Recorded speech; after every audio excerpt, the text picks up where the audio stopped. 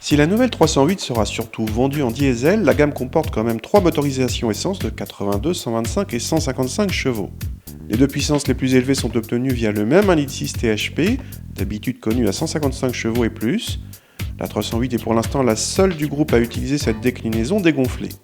Ce 1,6 litre THP 125 remplace le 1,6 litre VTI de 120 chevaux de l'ancienne 308, avec des consommations annoncées en baisse.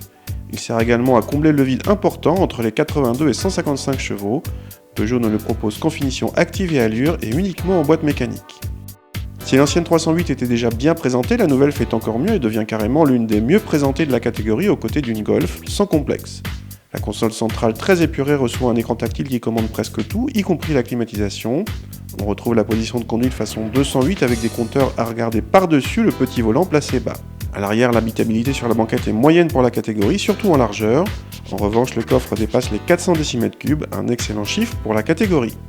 Avec 125 chevaux pour un 1,6 litre turbo, on n'est pas dans les standards actuels de la production. Renault fait aussi bien avec un 1,2 litre. Malgré cela, le 1,6 litre THP dégonflé brille par sa disponibilité à bas régime. On reprend facilement dès 1500 tours. En revanche, rien ne sert de monter dans les tours où le moteur s'essouffle. De plus, la boîte longue complique les relances sur les derniers rapports. N'hésitez pas à rétrograder. On retrouve avec plaisir en revanche l'excellent châssis de la 308 avec notamment un train avant très précis et difficile à prendre en défaut.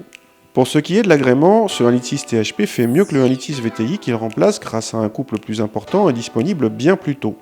Côté consommation, il n'y a pas photo non plus, il réclame plus d'1 litre de moins en moyenne et cette 308 devient carrément l'une des plus sobres dans la catégorie. Au risque d'agacer les amateurs d'allemande, cette 308 n'a pas grand chose à se reprocher.